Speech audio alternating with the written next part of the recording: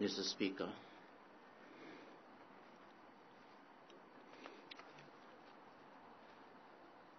The Acting Premier, Honourable Ministers and Members of the Legislative Assembly,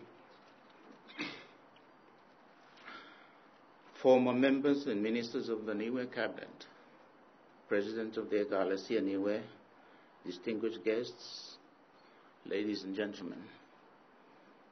It is both an honour and a pleasure to extend to Niue warm greetings and best wishes from the government and people of Niue as you celebrate 36 years of self-government. Anniversaries are days for reflection and celebration. Today is a day to reflect on the past and celebrate achievements that we, Niue and New Zealand, have made together under the relationship of self-government in free association. It is time to celebrate culture, language, and sporting achievements.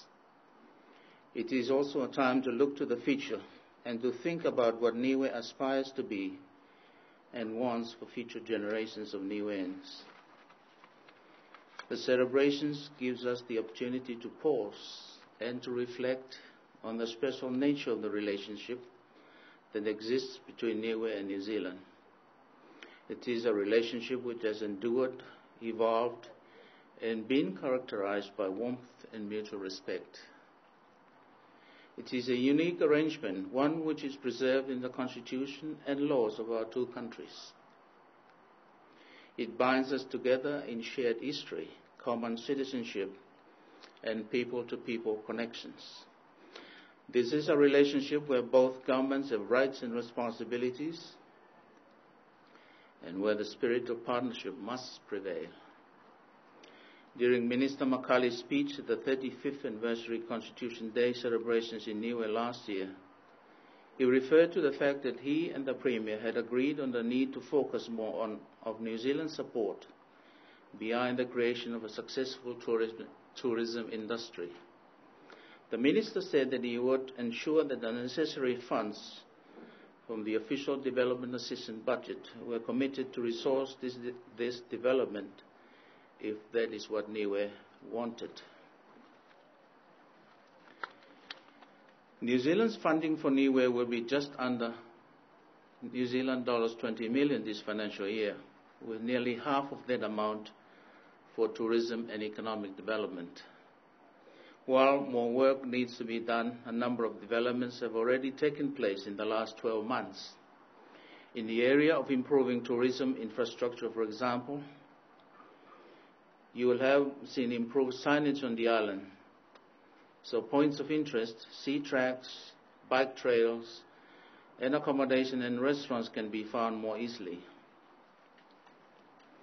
The airport interior has been upgraded. A significant upgrade to the telecommunications network is underway, and a new workboat is shortly to arrive. And a senior appointment has been made at the Niue Tourism Office with a view to stepping up promotion and marketing of Niue as a tourist destination. Discussions are well advanced too on increasing the size of the Matawai Hotel Resort and the accommodation base more broadly in Niue. Already, word is spreading that Niue is a tourist destination not to be missed. Flights to Niue have been full or near full for most of this year's tourist season. Demand for seats on the flight to Niue in July was so high that the larger plane, an Airbus 320, had to be drawn into service. And New Zealand has clearly got the message that increases in visitor numbers are here to stay because it is putting the A320 full-time on its Auckland-Niue service from December. All these developments are encouraging. You may also be aware that Mark Blumsky, who was appointed as New Zealand's tourism coordinator earlier this year to help stimulate tourism development and an environment for private sector growth, has been appointed New Zealand's next High Commissioner to Niue. He is arriving in Niue to take up his appointment this coming weekend, and will be able to continue this work and other important activities that New Zealand is funding through its provision of budget support and administrative assistance, such as the human resources development, assets management, health and education. I mentioned earlier that today is not only for reflecting on the past but also for looking to the future. New Zealand wants Niue to realize a sustainable, vibrant and productive future. There will no doubt be challenges to be faced along the way. But I want to assure you that in partnership, we, New Zealand and Niue, can address the challenges and work to overcome them.